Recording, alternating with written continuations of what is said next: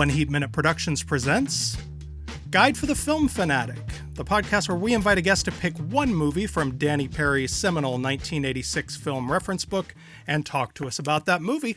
I'm your host, Jason Bailey, and across the mic and across the country from me is my co-host, Michael Hall. Our guest today is a fabulous film historian, author, and television host who we all know and love from her appearances on Turner Classic Movies. She is also the author of 4 books, Backwards and in Heels, The Female Gaze, Girls on Film, and her latest, TCM Imports, Timeless Favorites and Hidden Gems of World Cinema, which is out on Tuesday. Please welcome the inimitable Alicia Malone. Hi, Alicia. Hello. Hi. It's so nice to talk to you guys. Thank you for having me on your podcast. Thank you so much for coming on. You really are like a dream guest. So I'm glad you had a book to promote, so we had a way to get you on. Yeah, no, this is great. Let's start with the book. We always want to make sure we get the plugging done right up top.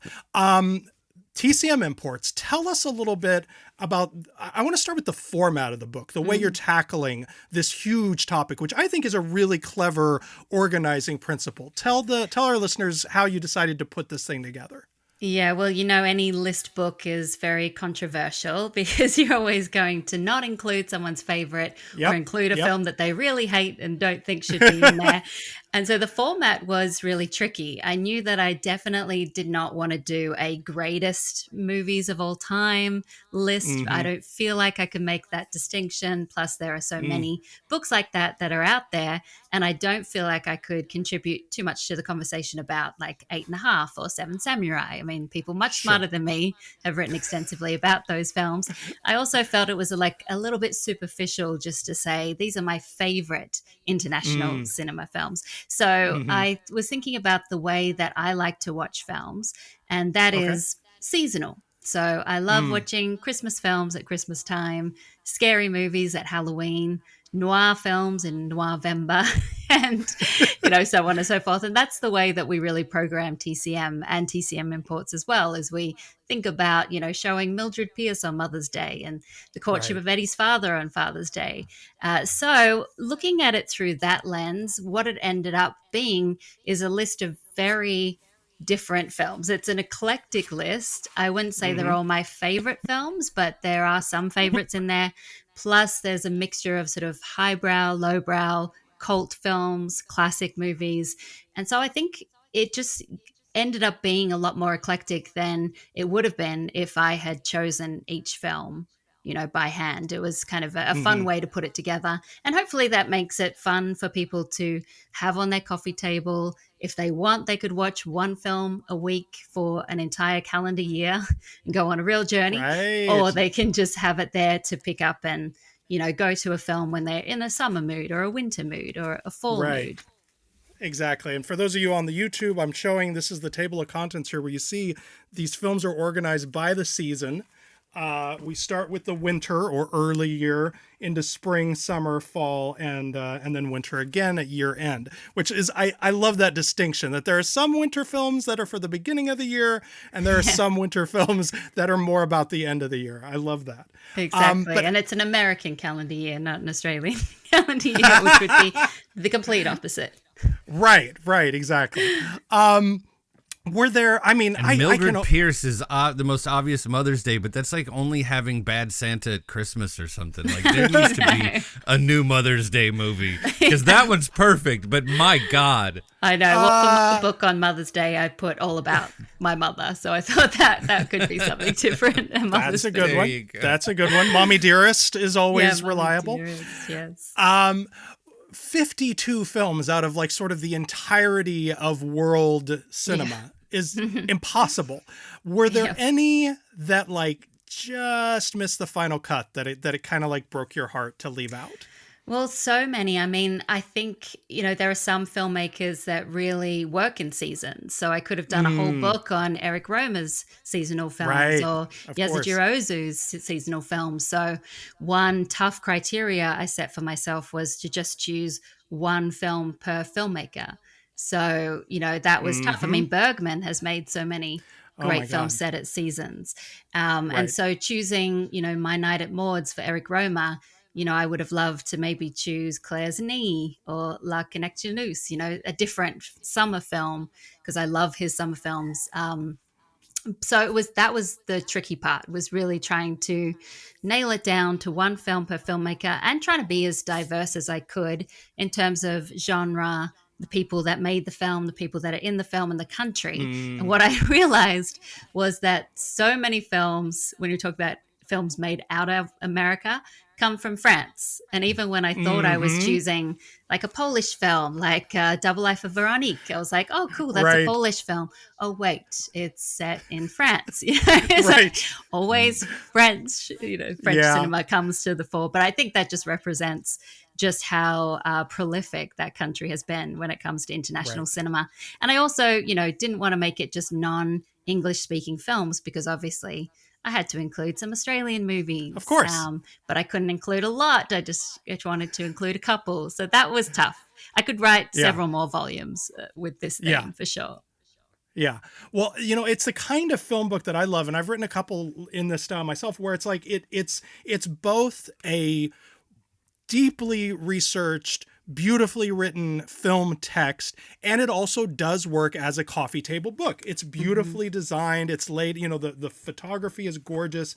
It's comfortable in the hands. What my favorite part, I think, and I'm just curious to hear your thoughts on this, is when the first time you get a look at the book laid out, like what they've done with your words. Tell me about that feeling, that opening of whatever the PDF that is, or for the first time. Yes. I mean, as you know, that it's in several stages, so it lives as a Word doc in your computer for so long, and you can't imagine it as being an actual book. And then when it came to, I chose all the photos myself, but I didn't know how it was going to be laid out, and I asked for certain things like different colors for different seasons. But something that's so great about the TCM library and Running Press is they do a wonderful job when it comes to design. I mean, even getting the chance to have photos in a book is something new for me, because I never had the rights to these photos. So that was exciting. And there wasn't a whole lot of photos when it came to some of these more obscure foreign films. But to see the way that it was all put together, opening up that PDF for the first time to make my corrections, which were very minimal because it was so beautifully done. And then to receive the book in actual book form and feel it and go, oh, there's some weight to it. It actually feels like a book and it looks like a book. And I'm sure I'll open it up and see a typo or something. But of course, it is just exciting to see. And it never gets old to see your name on a book. It doesn't. It sure doesn't. Oh, well, congratulations, because it's a wonderful volume. It's beautifully designed, and as ever, your thoughts on these films are insightful and welcome, and I'm so glad to have it in the library here. Thank you. So what film did you select to discuss with us today? Well, I wanted to choose a film that is both in my book and in Dan Perry's book, and as soon as I saw this one, I had to do it. It is the Australian classic Picnic at Hanging Rock. Pan flute. There it is. Zamfir. When that credit came up at the beginning, the first time I watched this, like, I'm old enough to remember the ubiquitous TV commercials for the tape and record set of Zamfir, Master of the Pan Flute. I remember it. It's a true master. It is. It's such a the imagery. I mean, we'll talk about all of this. It's a gorgeous film. It's one of these movies where you can take like any frame, definitely from this trailer, but any frame from the movie, and just put it up on your wall. It's just like a work of art. It's like a Pinterest board. Yes. I mean, I hear about the mood books that filmmakers use when they're making a movie, and I feel like this was like just this movie was the mood book for Virgin Suicides. Like, it's for sure such a clear influence on it. It's one of my favorite lines, tomboy foolishness. I've been using it around the house. My daughters don't enjoy the phrase, but I've been wearing it out. They participate in tomboy foolishness at every Constantly. opportunity. Constant purveyors of tomboy foolishness. As they should.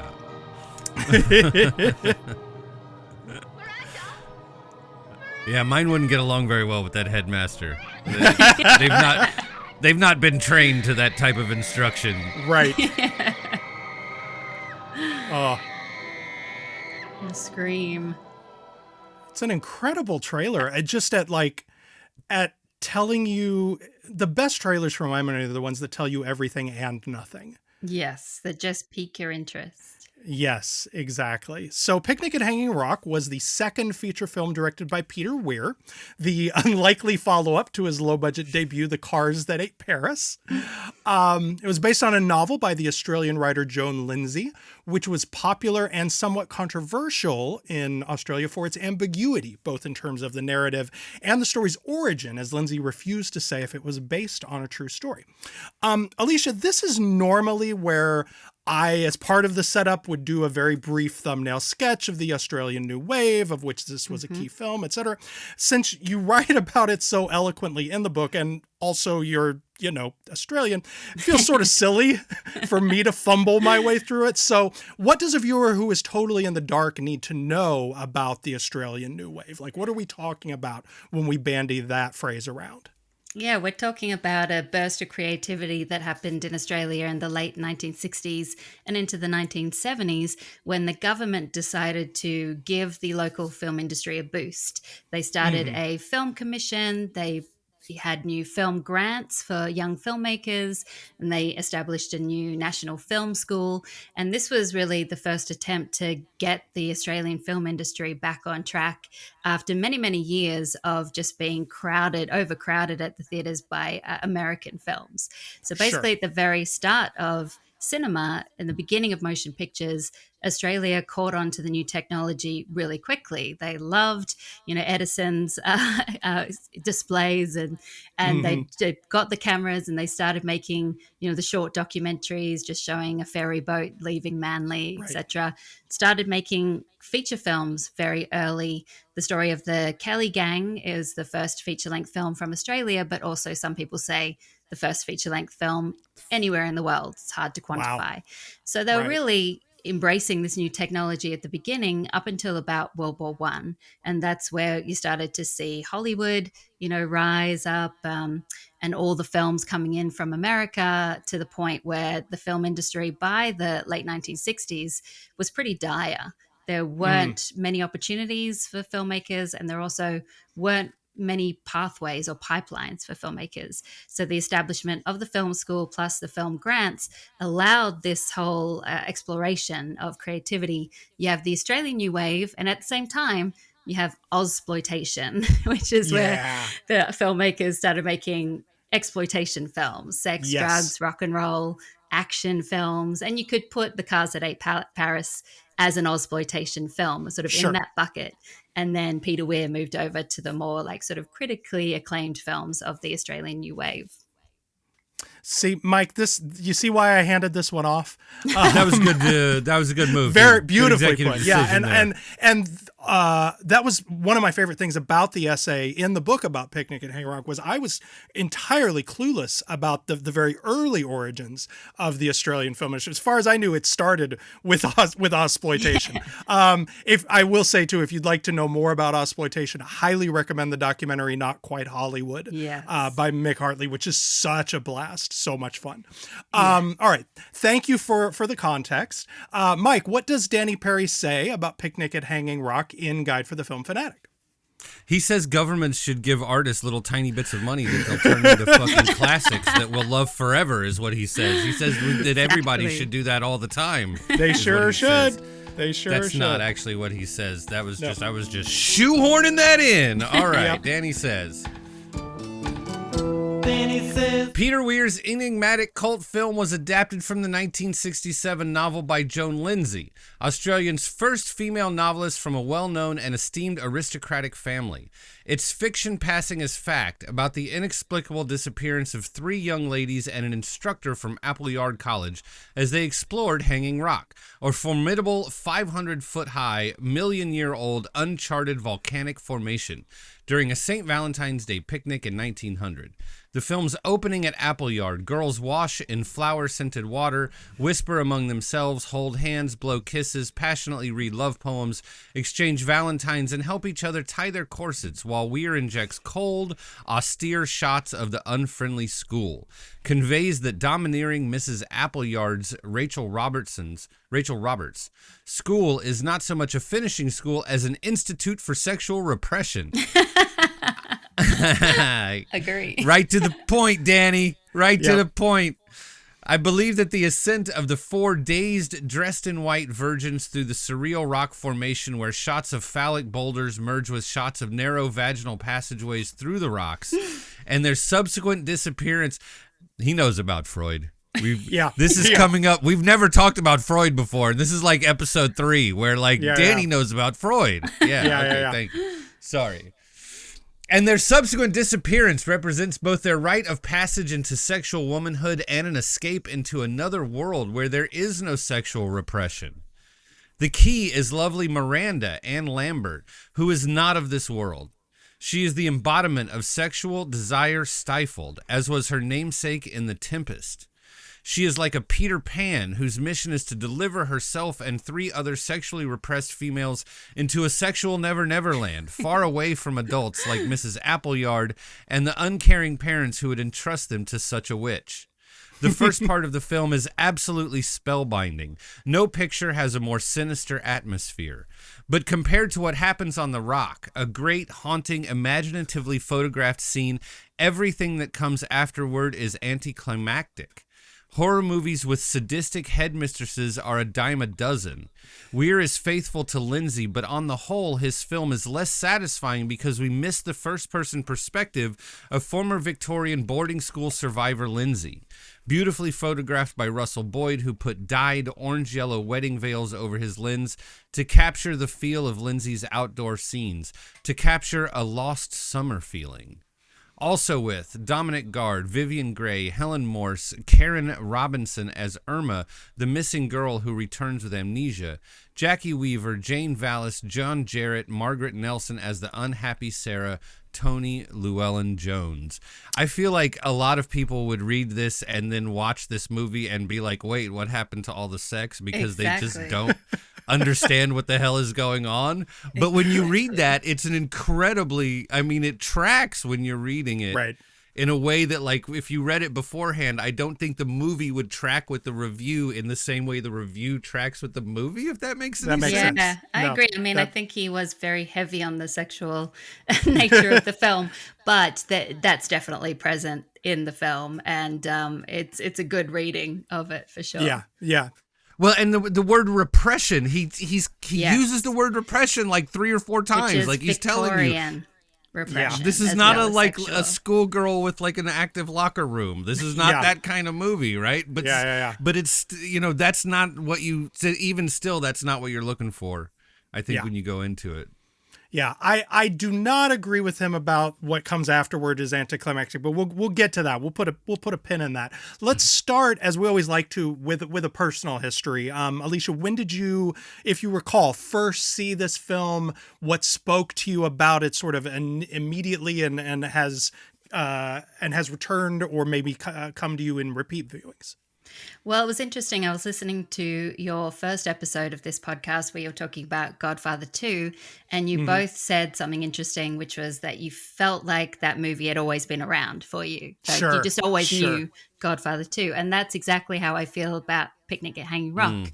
I feel like I came out of the womb having seen the movie. It's just so deep in my bones. And as a a child of the 80s in Australia, which wasn't that far removed from when the film came out, it was just part of the culture. It was seeped in. It was always on television. you always heard that pan flute music used, not only to promote Zamfir, but I think it was used in other commercials. It was Sure. parodied a lot, and it was also Mm. influenced and inspired other filmmakers. So it's just kind of all around. So all that is to say, I do not remember the first time I saw it, but I remember catching snapshots of it. And then later, when I started to become more interested in film and trying to study film more seriously and trying to learn about filmmakers and their visual style, I started to revisit it to learn more about Peter Weir's style and to learn more about the Australian New Wave once I started digging into film history. And then it's interesting because now that I've not lived in Australia for 15 years, it's like a nostalgic shot to my heart. Like at that opening shot that you mentioned, Yeah. where you see the yellow grass, the trees, that light. I mean, I can always tell when a movie is shot in Australia, even if it's not set in Australia, because of the light. It's so Wow. specific. It's like Oh, hearing wow. a piece of music from your childhood. You just go, oh, and Yeah. the bird calls as well. And of course, that pan flute, it all comes together to make me feel kind of homesick, for Mm. Australia. It's so part of Australia.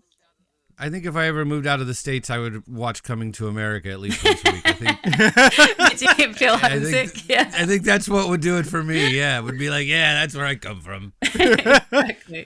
Yeah, it's deep in my In bones, this film. Yeah. Oh, I can only imagine. In TCM Imports, out Tuesday from Running Press, you write, quote, "The entire movie is a mood, as if stepping into a gorgeous yet disturbing dream, complete with an otherworldly soundtrack." And that is such a beautifully articulate way of saying that it's a vibe. It's just like It's a vibe. it is such a vibe. The photography is lyrical, the voiceover is poetic, the music is soothing, and what I think really struck me on this viewing, because this was my second time seeing it.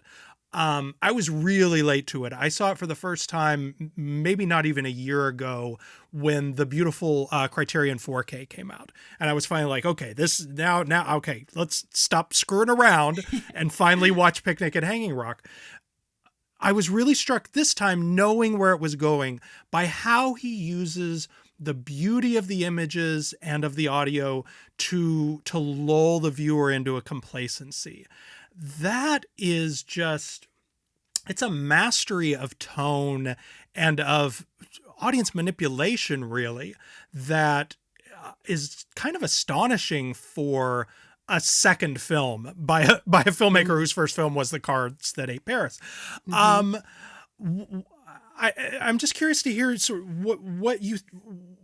what strikes you about what Weir is doing here as a director, and the way and the sort of mastery of the form that he's already displaying in this one. Yeah, it is such a mastery because I think it takes such talent to be so ambiguous and to deal in moods and vibes where it's a beautiful film to watch. Like you were saying, you could pause the film at any point and print it out and put it on your wall, but yet it has that very unsettling quality to it. It's got an eeriness to it. The rumbling of the rock, the juxtaposition of the girls in their Victorian dresses with the rugged Australian landscape, and the fact that something is going to happen, but you're not sure what. And then when it does happen, you're not sure what actually happened. And he just shows a real talent for visual style, for sound effects, and for holding back. I think the film holds back so much. Other filmmakers might have told you a lot more and given you a lot more to hold on to and to lead the audience by, but he trusts the audience will just figure it out or think about it. And I know he wanted to reflect the haunting quality of the book. And, the very beginning quote, for the Edgar Allan Poe quote of a dream within a dream. I mean, that's what it feels like. It feels like you're stepping into a dream, and then there are dreams, there's flashbacks, there's fantasies, there's memories. It's all woven together somehow. He does it. I'm not sure how. I think that's one of the things about when he says about, the bit about the sort of back half being anticlimactic after, the big scene at Hanging Rock. And first of all, just I thought this was a spaghetti western my whole life. I'd never seen it before. Really? Like I'm not necessarily Leone, but like so you can imagine the fucking journey you sent me on today. Oh my god. I want to hear all your thoughts. Yeah. So much more than I ever imagined. But like after they go back to, you've got the cops and they're asking the kid and he's like, I don't know, bro, I saw some like wood nymphs crossing a creek. I just sort of, and then they got lost. I don't know, maybe they flew away into the sky. But like when you go back and you're with the headmistress and everything is just so dead. The people are dead. Everything is dead. And all of these things that we're talking about with the beauty of the photography and the dialogue and everything all reflects that and plays to that. And I don't know if anticlimax is the right sort of feeling because it's really well done. It's not like it's sort of like, oh, how are we going to finish up this movie now that we shot the part we liked? But there is such a mystery, and especially, I don't know if everybody feels this way, but like when I watch things about sort of the inner life of teenage girls, like we might as well be talking about fucking aliens, bro. Like there really is a sort of a separation that can be created that I don't necessarily feel when I'm like in conversation with someone, teenage girls. But when you see the art about them and art that they make, like it's clear there's something happening here that is mysterious to me. Right. And that's so present in that part of it that when you go back to sort of the like known world of cops and craggy old ladies, it is kind of anticlimactic. I don't know if that's the right word, but there is a letdown in some way going back to the real world like that. It's like, how do you continue? And think that's the question for everyone at the school as well. Can you move forward? Can you continue? Or is this the end? It's like everything ends at the right time, as Miranda says, and it does feel like there is an ending halfway through the film, and then the rest is just the consequences of what happens. And I think you're right about teenage girls, even though this was the original source material written by a woman, then the screenplay written by a man, directed by a man, but there is something otherworldly about teenage girls and their communications with each other. And I think especially in this setting where you have these young Australian girls in this very English institution. And what I love about this film is what it says about colonization of Australia without actually spelling it out. You just see the early scene where Michael and his aunt and uncle are having tea and they have their whole tea set up, which looks ridiculous with their tablecloth and their chairs that are on the hill. They look like they're about to fall down. And it just seems so absurd in hindsight, this idea of the English coming to Australia and thinking they can bring all their ways, all their traditions, all their repressions, the Victorian ways, and just impose them on this very wild and untamable land. And that's what it feels like with these girls, especially Miranda. She is wild, she is unknowable, she is untamable. They're trying to fit her in this very prim and proper box, and it was never going to work out. So I feel in that way you can kind of look at it as, we're commenting on the ridiculousness of English colonialism in crazy, rugged, scary, dangerous Australia. Yeah. It's a million years old and it's young. Yeah, exactly. That lady was great. That lady was great. She was great. Yeah. Alicia, you've written so much and so elegantly about the female gaze and the male gaze and what those represent and what we're talking about when we use those expressions. And you touched on this a bit, and I'd love to go into it a little deeper. The male gaze as it's present in this film, and the extent to which it's present in how we see the women, these young women, but also in how he sees these young men and what he sort of knows and is communicating to us about them. I'm very curious to hear your thoughts on that. Yeah, well, I love the scene with Michael and Albert when they both see the girls, and Albert, who's the very, Australian, he's got the accent, Michael very English, and Albert says, well, I am saying the crude things that you're thinking. And I think that's so true that through these characters, we see how they're imposing their own fantasies on these young girls. And that's so true of being a teenage girl, that there comes a point where you lose control over how people look at you.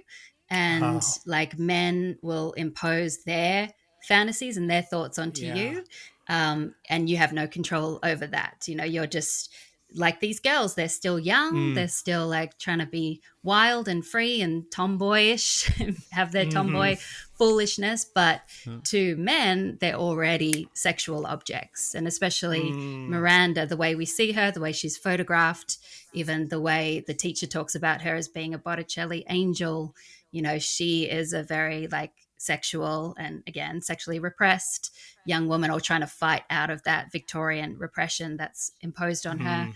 And this whole film is shot with a sort of sensuality that also gives it that extra uneasiness, because you're watching teenage girls, but it's shot, I remember I was talking to Patton Oswalt, name drop, about this film on Love it. Criterion, but I wanted to credit him with saying this because it's true, is the way it's shot is almost like softcore porn because Mm. it's filtered through, like you're saying, Mm-hmm. the cloth that Russell Boyd, the Mm-hmm. cinematographer, filmed through. It's like looking at the world very through gauze. There's the whole scene where they're taking off their stockings, when they're lacing up the corsets. I mean, everything has that sexual tinge, which obviously Dan Perry picked up on as well. And I think that's a very much a male gaze way of looking at it, looking Mm-hmm. at a phallic object, looking at Right. women in this way. That's the sort of male gaze aspect. But I think it adds to what the film is trying to say about these Yeah. girls and just how unknowable and mysterious they are as teenage girls, and the fact that they go missing as well. Yeah, I gotta say, I'm not gonna change my choice for Double It Up at the end of the show, but the more we're talking, the more the conversation between this movie and the Virgin Suicides Yeah. is really, really complicated and interesting, because that's a film by a female filmmaker from a book by a male novelist that is told primarily from a male perspective, but about these women at that same moment. That really brilliant thing you're saying about the point at which you no longer control the way men see you. That it's shifting that moment to a different perspective, but then also the lens through which we're seeing that moment from a different Yes, perspective. exactly. It's all rich and amazing. The objection that I had to the anticlimactic idea is more just that, and I think this again is about expectation. When you read the summary of the movie, when you hear the title, you sort of assume that the halfway event that we're talking about, the point where it sort of ends halfway through, is what the whole movie's going to be. And so what I found so riveting watching it at such a late date, having heard so much about it and having a very clear, inaccurate idea of what it was that the fact that the back half of the movie is about the emotional and psychological fallout of this disappearance, that we don't even, it's mysterious and sort of half glimpsed, and we don't understand it, and we're not allowed to, but that we very explicitly and in detail understand the emotional and psychological fallout, how it affects the girls who remain at the school, specifically how it affects Mrs. Appleyard. My God, that is such a riveting performance of an absolutely loathsome character. Absolutely. Is Rachel Roberts, is this an actor who did a lot of work in Australia? Is this someone who's Not familiar? in Australia. She's a British actress, and Okay. she was primarily known for her work during the British New Wave. So she was in Oh, Saturday Night and okay. Sunday Morning, and Oh, a few great. other Okay. of those kind of kitchen sink dramas. And so I'm not Yeah. sure if she did too much else in Australia, but this was a really interesting role for her, and she's Hmm. not just a typical villain. She has a lot of Right. layers to her, and you do at some points feel a bit sorry for her, and then you Totally. realize that she can be quite cold and she's after the money, and then you Hmm. realize, oh, she's a grieving widow and she's an alcoholic. I mean, there's a lot happening with this Uh-huh. character, and the Uh-huh. way that she ends up, I mean, that's quite sad. I mean, just staring Hmm. blankly off into the distance. Hmm. Um, is Peter Weir underrated in Mm. your opinion?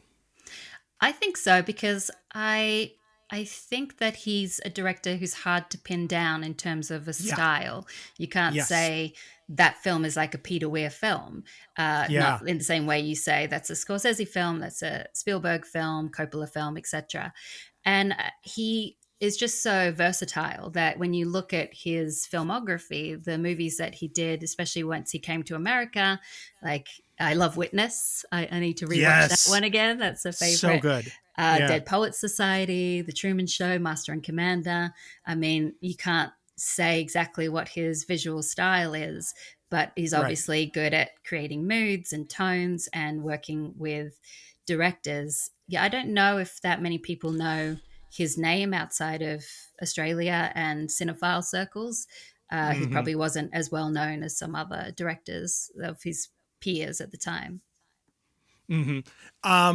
Are there any of his films that are particular favorites of yours aside from this one? Yeah, well, Witness for sure. I love Dead Poets Society. That's a fall film. I have to watch that There you pretty go. much every fall.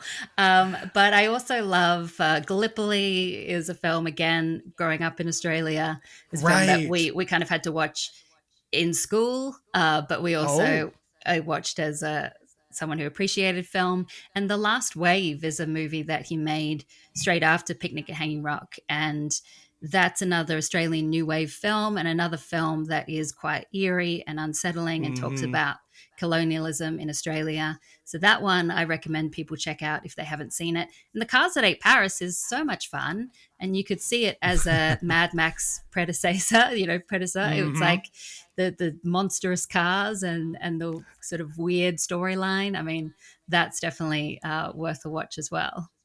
Got it. All right. Any closing thoughts on Picnic at Hanging Rock before we move on? Yeah, well, I just wanted to point out two Australian actors the people in Australia know very well, and one of them Americans know now, but we spoke about Albert, the character. So, John Mm-hmm. Jarrett, he's Mm-hmm. an actor that's very well known in Australia. He started out at NIDA, which is the National Institute of Dramatic Arts, where, Kate Blanchett went and Hugo Mm-hmm. Weaving went and Baz Luhrmann learned directing. So, it's a very prestigious school. And then he started to be a TV presenter where he was on a show called Better Homes and Gardens with his wife at the time. And that's what he became most known for when I was growing up. That's how I knew him was Wild. John Jarrett from Better Homes and Gardens, where he would give you tips on your house and your garden. And then all of a sudden comes Wolf Creek. And if you haven't seen Wolf Creek, Oh. it's a real scary Australian horror film. So suddenly, the nice guy from Better Homes and Gardens is putting heads on sticks, and he's this Oh, wow. murderous villain in Wolf Wow. Creek. And that, for Australians, was such a whiplash turn and an amazing turn for him as an actor. Mm, And then Jackie Weaver. It's fun to see of Jackie course. Oh Weaver. my God. How have we not mentioned Jackie Weaver yet? Exactly. I mean, she had a lot of exploitation films. That's how she started, and then yeah. she was in a couple of Australian new wave films, and then of course later down the track comes Animal Kingdom with Oh, Joel Edgerton. Oh, such a good film, and Ben Mendelsohn, and then incredible film. all of them ended Amazing up in performance. Hollywood. And Yeah. Jackie Weaver has had a great career in Hollywood and done a lot of comedy films, and she's Yeah. been able to extend her career here. And so John Jarrett stayed in Australia. Jackie Weaver came to America.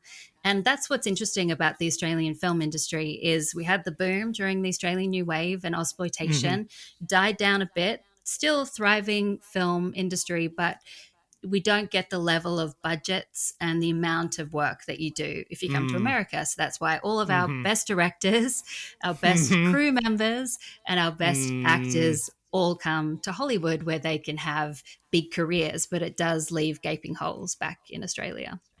yeah. Yeah. Oh, yeah. She's fantastic. She's He so, is. I mean, it's just that thing where when someone becomes well known later in their career, at least to sort of a more mainstream audience like us, like when you see them 20 years earlier, she's so vivacious and bouncy and funny and I great. know, Minnie. As- Yeah, she's yeah, great. yeah. Especially if the first thing you saw her in was Animal Kingdom, which holy shit, Yeah. that's a terrifying performance. All right, friends, let's talk about the release and reception of Picnic at Hanging Rock, which opened in Australia on 8 August 1975. That's how they read dates over there. But it didn't open in New York until February 23rd, 1979, after the American release of Weir's follow-up, The Last Wave. So this actually came to us after that film. Also showing in New York theaters that weekend, The Deer Hunter, Midnight Express, Hardcore, The Warriors, Coming Home. Tough movies. Yeah. Also Animal House, California Suite. Superman was still in its first run. Ralph Bakshi's Lord of the Rings, the re-release of Disney's Pinocchio, and of course, Richard Pryor live in concert was playing that weekend. Mike, what were the news headlines on that day? Were there also like 40 shitty movies playing that weekend, or was it just like literally you could just walk in and throw a dart at the ticket counter pretty much and get a good movie? Yeah, pretty much.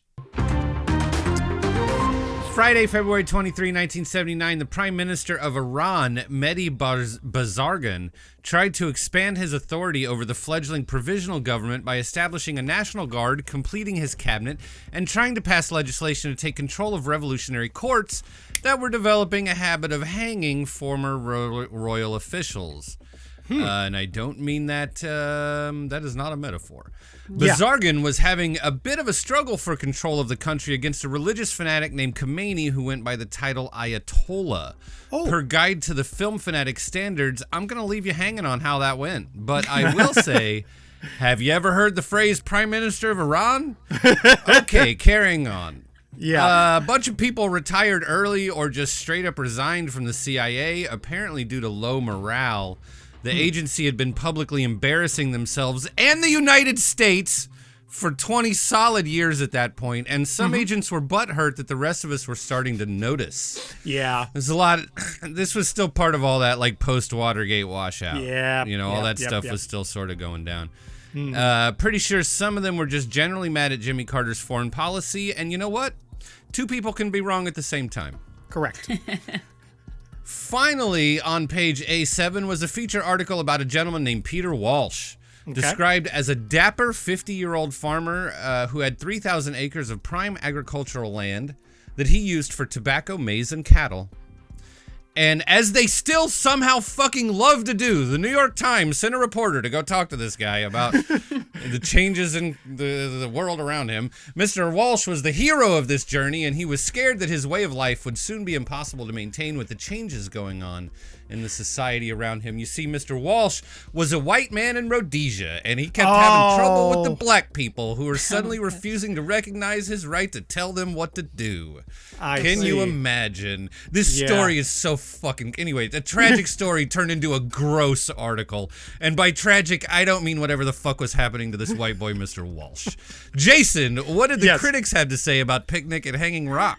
In the New York Times, our pal Vincent Canby wrote, "In The Last Wave, Mr. Weir made what seemed to me to be the grave mistake of attempting to provide answers for the mysteries he so beautifully set up earlier in the film. Picnic at Hanging Rock is different. It is a movie composed almost entirely of clues. Its methods are illusory, not necessarily to trick us, but to force us to stretch our imaginations." Well put. Instead of exposition, Mr. Weir and his screenwriter Cliff Green deal in moods. There it is. Thumbs up from Alicia. I use that quote. Yeah. He also noted, "I can't tell you how the story is resolved, though some people will feel cheated. That, however, will be to have anticipated a different movie. I'm not sure that Mr. Weir has succeeded in evoking his dream within a dream world without using one or two more red herrings than are absolutely necessary, but because the film has a hypnotic spell, I accept its excesses." That's like, I'm going to show you my work. Yes. Like, you might not like my answer, but you're going to be able to look at my math. You know, that's a good, that's a great way to describe it. Richard Schickel wrote in Time, "This horrific tale is told with marvelous, shadowy indirection and delicate lyricism. It is full of enigmatic silences, which create a nice ironic tension between the film's genteel manner and its really quite ferocious theme. It may be seen as a mature exercise in style by a young director, if for no other reason. In addition, it is the centerpiece so far of the revitalized Australian film industry and the first assured work by a director who could gain an international reputation. Nice, nice Seems entirely soothsaying. possible. Nice soothsaying, Richard Schickel. The New York Daily News' Kathleen Carroll wrote, with its fragile images of shy, virginal young women in demure white dressings smoldering in the summer heat, Picnic at Hanging Rock accurately conveys the mood of the times, that sense of suppressed sensuality in conflict with the Victorian concern for propriety. In fact, the film is essentially a mood piece, as gently romantic and delicately fashioned as one of those flowery, lace-covered Victorian valentines that the schoolgirls blush over in the opening scenes. A slight hedge, however, came from Newsweek's David Anson, who wrote, "It's an engrossing tale, and Weir's languid, sun-dappled images are at once seductive and unnerving. Yet there's something hollow at the core, an unearned sense of importance, a reliance on mere mood to suggest mystical depths. Why does Weir, and why should the audience, so easily accept these vanished schoolgirls as adolescent oracles, some sort of pagan Cassandras? His movie is stylish and entertaining, but what he is pushing as metaphysical profundity is closer to metaphysical mush." Ugh, that guy thinks they ought to show the monster in the first 5 minutes. He You know what I does, mean? yes. Like, just no fucking patience on that guy. Oh, God. How did it do in terms of box office and awards, Mike? It was both a critical and commercial success, especially in Australia, where it grossed over $5 million. That's about $31 million adjusted for inflation. Bafflingly, it wasn't nominated for any Academy Awards, but it nabbed 3 BAFTA nominations, winning their prize for Best Cinematography. It was also nominated for 7 awards from the Australian Film Institute, including Best Film, Best Direction, Best Screenplay, Best Cinematography, Best Actress, Best Actor, and Best Supporting Actress. I had to get that all out in one breath because it was too good of a sentence. It didn't win any of them somehow. Yeah, weird. I'm telling you, the Oscar people thought it was a fucking spaghetti western. They idiots. Anyway, Alicia, is the Australian Film Institute known for getting things wrong? Spicy question. Interesting. I think they have been hit or miss. The funny thing about Australia is we seem to only appreciate things once America appreciates them. As soon as America, especially Hollywood, likes something, then we're like, that's us. That's Australia. That's us right there. But in Australia, we have a thing called tall poppy syndrome, which is, if you imagine a poppy field and you imagine one poppy flower going a little higher than the rest, you got to chop it down. So if people start to get too big for their boots, then we chop them down. But as soon as America likes it. So I think sometimes with these awards, the Australian awards come first when really they should come second, like, oh, wait, Australia and America liked it. Let's give it all the awards and claim it as ours. We like to claim things as an Australians and give things back. We've given Mel Gibson back to America. Thanks. Yeah, there you go. God, I feel like the Native Americans getting like the pox infested blankets. It's like, oh, for me. We already have warehouses full of smallpox blankets. I mean, he does fit in just fine. I hate to say it, but he's got friends. All right, now it's time for a segment we call Double It Up, where we each select one movie that we think would make an ideal double feature with today's focal film. Alicia, you're our guest, which means you go first. Well, I'm going for a fun double feature, which is colonization on Australia. So fun theme. Okay. Fun theme. Yay. So I'm going Picnic Hanging Rock and Walkabout. And Walkabout, directed by Nicholas Roeg. That film is interesting because, again, it talks about colonization in Australia. You've got these white kids lost in the outback, and they have an Indigenous Australian who's helping them out. That relationship is interesting. But the fact that it's made by an English director is also interesting. Like, the English perspective imposed on Australia gives it both an outsider quality and also speaks to the whole theme of the movie. So I think those two together, might not be a particularly fun double feature, but it will be an interesting one. And both beautiful films about Australia. Absolutely. Fun should not be a requirement unless you are scheduling a kid's birthday party or some shit. All right. Sometimes you got to dig in. There we go. And I'll do a quick plug here if you'd like to listen to the 1971 season 2 episode of A Very Good Year. Our guest on that episode is your fellow Australian, Alexandra Heller-Nicholas, who discusses Walkabout as one of her favorite films of that year as well. My pick, I decided to do a director double feature, and last night I took the opportunity for the first time to finally watch Master and Commander: The Far Side of the World. I was mostly cheered on social media for admitting that it was my first time sitting down with that one. But it is a fascinating compliment, and not just because one film is at the beginning of his career and Master and Commander is very near the end of the career. He has retired, so forth, but also in terms of that is Picnic at Hanging Rock is a film that's very much about the sort of camaraderie and connection between a group of women. And Master and Commander is very much a movie about the bonds that forge between men. So you get to kind of see both of those through his lens. It's also a period picture, and it's just relentlessly entertaining. I found it to be thrilling and fun, and Russell Crowe is terrific. This one actually is a slightly lighter half of the double bill. But honestly, if Peter Weir has made a bad film, I haven't seen it. Yeah. So I feel like you can probably double up just about anything else in the filmography. Not only will you see a good film, but as you mentioned, because he's such a journeyman, because he dabbled into so many different genres, you'll also see a film that's quite different. The main similarity just being a sort of consistency of excellence. Mike, what is your pick to double it up? I think I'm going to just straight up steal from our other show. Right? And do the proposition. I mean, this is the thing. When we talked about it's as an American, it's very easy to sort of, nobody had ever directly said this, but there was always this sort of sense that Australia was almost like farther Hawaii. In a sense that it's white people from England going to, you were talking about, going to tame a wild place and all this sort of stuff.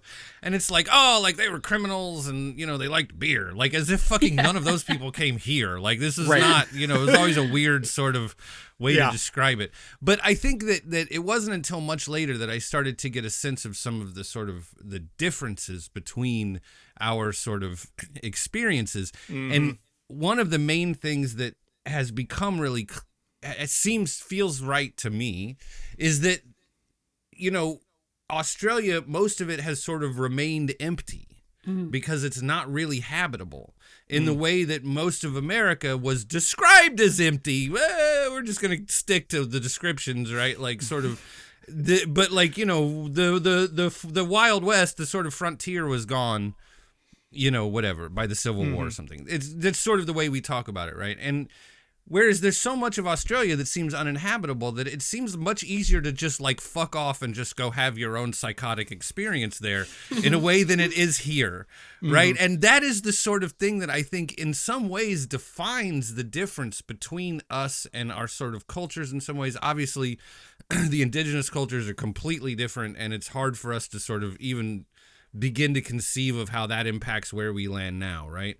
But it seems like there's just less pressure there to sort of conform and be a very specific thing and live in a very specific place, because you have the opportunity to just fuck off and go live in the bush if you want.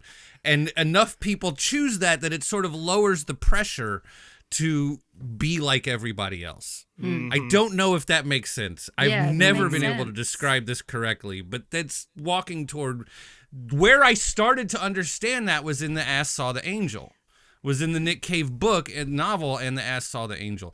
And if there was a Nick Cave Marvel Cinematic Universe, the proposition and the ass saw the angel live together in it. His music doesn't, none of his other books do as far as I know, but those two things live together in this 1880s sort of weird Nick Cave's understanding of Australia thing. Yeah. And I love the book so much. I didn't, when Alyssa was talking about the movie when she came on her show, I was like, I ain't watching that shit, bro. There's no way. It's gonna, we're gonna take the shine off the book. No, I was absolutely wrong. That movie's amazing, and similar to the way they go off into the rocks. There's a point where the main guy has to go find somebody, and he's got to go off into, to the bush. He's got to go off into the lands of nowhere and grapple with his own fucking head, and that is very, very hard for all of us to do, let alone anyone that has any regrets. So anyway, it's a completely different thing. But I think that like starting to grasp that understanding of what it is to be there has impacted my viewing of this movie quite a bit, in the idea that like they could go off into this place that is not just like a carriage ride away, but feels like a whole other universe. Feels like there's mystery in it. Feels like there's things that people understand that you're not one of the people that understand them. All of that kind of stuff. You could get lost. You can definitely get lost in the outback. And you're right. You think about Australia, it's as wide as the US, but 90% of the population, I think, live on the coast, and most of it is uninhabitable. It's hot. It's got creatures that'll kill you. I mean, it's a harsh landscape. So it's a place that you can get lost in. And also Australia does have that mentality, in school where encouraged to take a gap year and travel in between going to university and graduating high school, because they say you don't know yourself until you travel. So there's that idea of exploration. Plus, I think Nick Cave is such a mythic Australian figure. He's like a folk singer in Australia. Yeah.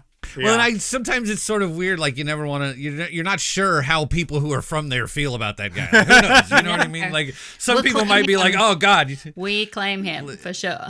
Good. Like, oh, you don't know about that time when he drowned that 12-year-old? God, what a fucking dumb American you are. You just never know. Yeah. But it was remarkable to me how often both of those things came to my mind in this movie that is completely stylistically could not be more different, could not be more different in terms of character, but in terms of that, like, it really is like, imagine if Death Valley went from Los Angeles to like Virginia. I mean, there is that sort of like we just don't have that perspective in a way here, and that is key, I think, to Walkabout also. Exactly. I mean, having that sort of understanding that like you could just walk off onto the face of the moon and never come back, and possibly maybe die. That sounds inviting some days. I think that is key to a lot of this stuff. So sure. Anyway, they make sitcoms in Sydney that everybody can understand because they're about grocery stores and shit. It's totally fine. If you want to really get into some Australian art, you got to grasp the Walkabout. All right. There you go. I talked way too long. I'm very excited to talk to you about all of this. Thank you. This is fantastic. Alicia, the book again is TCM Imports, Timeless Favorites and Hidden Gems of World Cinema. It's out Tuesday from Running Press. Where can people follow you on social media and read your work? Well, actually, I'm not on any social media. Hey, then wiser than any of us. Yeah, so, I was, and then I quit 5 years ago. And honestly, the best thing I did for me personally.